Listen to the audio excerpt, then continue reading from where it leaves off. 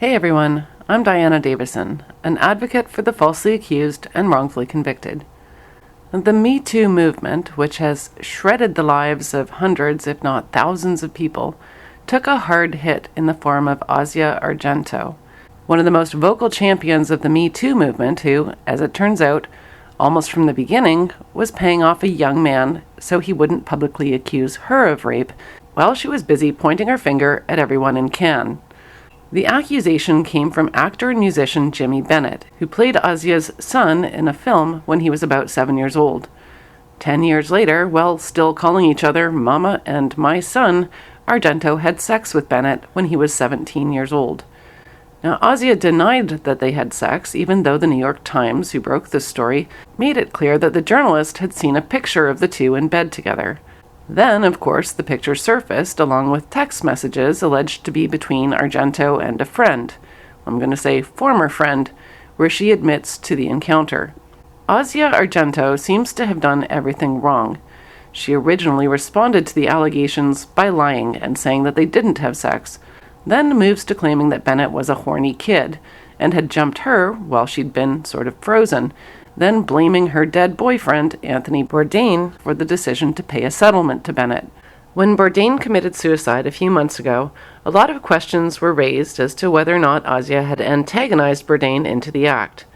Photos had been published of Asia having what seemed to be a romantic fling with another man, and now that we know Bourdain had been aware of the allegations against Asia, it gives a clearer picture of the kind of stress and betrayal that he may have been experiencing. Ultimately, Bourdain's responsible for his own actions. But the true character of Asia Argento, this person sitting in judgment on so many others, making money as a champion for sexual assault victims everywhere, and pointing fingers at strangers, well, her veneer has started to show cracks. And that is what the Me Too movement needs to address. It has been the rush to judgment before obtaining all the facts that's resulted in the moral panic and frenzied nature of the outpouring of allegations, the immediate termination of employment and social ostracization without evidence or a fair chance at a defense.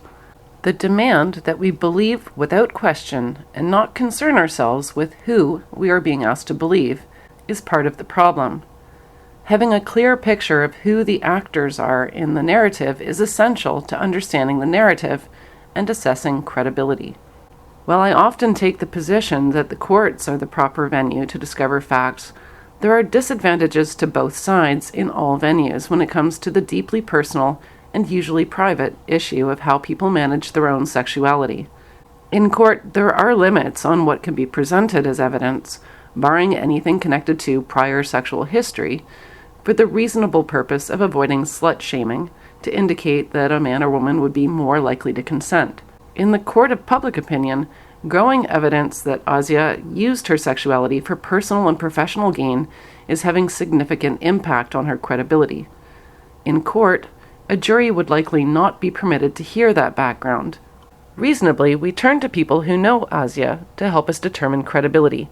Anthony Bourdain was one of those people, and he vehemently stood by her, vouching for her and adopting her merciless approach towards believing all victims. It's part of the public shock that Bourdain knew and helped cover up the accusations against Asia from Jimmy Bennett, even while he condemned one of his own friends and demanded #belief in all cases. Bourdain is no longer here to explain his actions and words, and I refuse to pass judgment on him.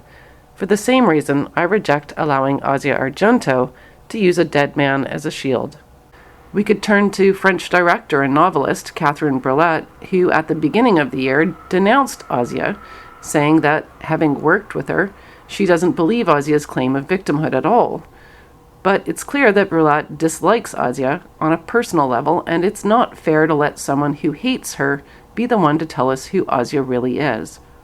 In the context of the Jimmy Bennett allegations, we can learn quite a lot by looking at the root of his relationship with Argento. The filming of The Heart is Deceitful above all things. At the time of their sexual encounter, Bennett was 17, a minor in California, but as many have pointed out, above the age of consent in other states or countries. The label pedophile is normally reserved for people who prey on prepubescent children. I think the issue in terms of their ages is secondary to the question of abusing authority or power. The age difference between Argento and Bennett is emphasized mostly by their public dialogue, in which Bennett calls Argento Mama, and Argento refers to him as her son.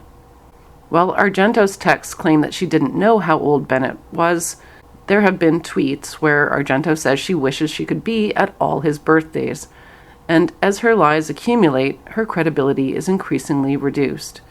Bennett's claim through his lawyer that he was immediately repulsed by the sexual encounter when he left the hotel is undermined by his tweet a month later saying, "I miss you, Mama."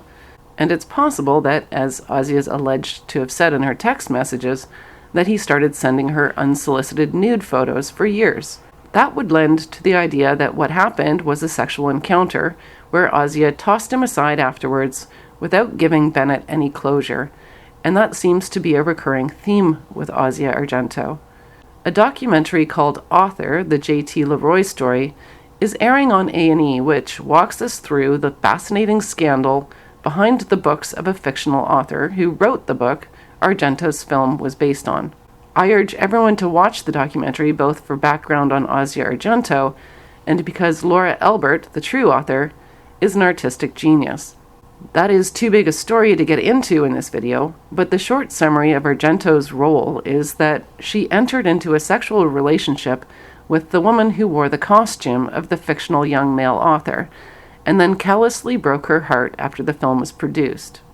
Argento publicly flaunted her affair with JT, whose real name is Savannah Knoop, then denied having sex with her, then admitted to it, then denied it. The deeper you dig into Asia Argento's past, the more it becomes clear that Asia Argento is completely comfortable making the truth up as it suits her. But even more importantly, that the public is just as eager to buy anything that they're told and willing to erase the inconvenient facts from their memories. One week, Asia is a desirable, successful seductress. Next week, she's a vulnerable victim. One day, she's a strong woman standing up to victim blaming, and the next day, she's blaming victims. And tomorrow? Well, tomorrow, Asia Argento will have a new version of the truth for us, and many people will jump to believe her. She just has to come up with a good enough story. And that is another reason why you should watch and learn more about the J.T. LeRoy story.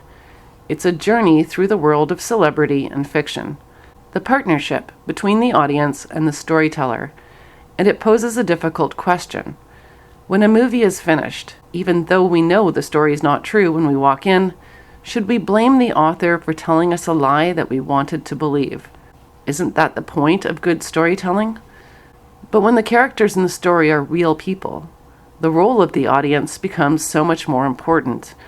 And that is the message that I've been trying to convey with every case I work on. Be very careful who you believe when someone's life and liberty are at stake. More on the J.T. LeRoy story to follow, and why the entire Me Too movement should listen and learn. Support the Lighthouse Project. Links to our Patreon and PayPal in the low bar.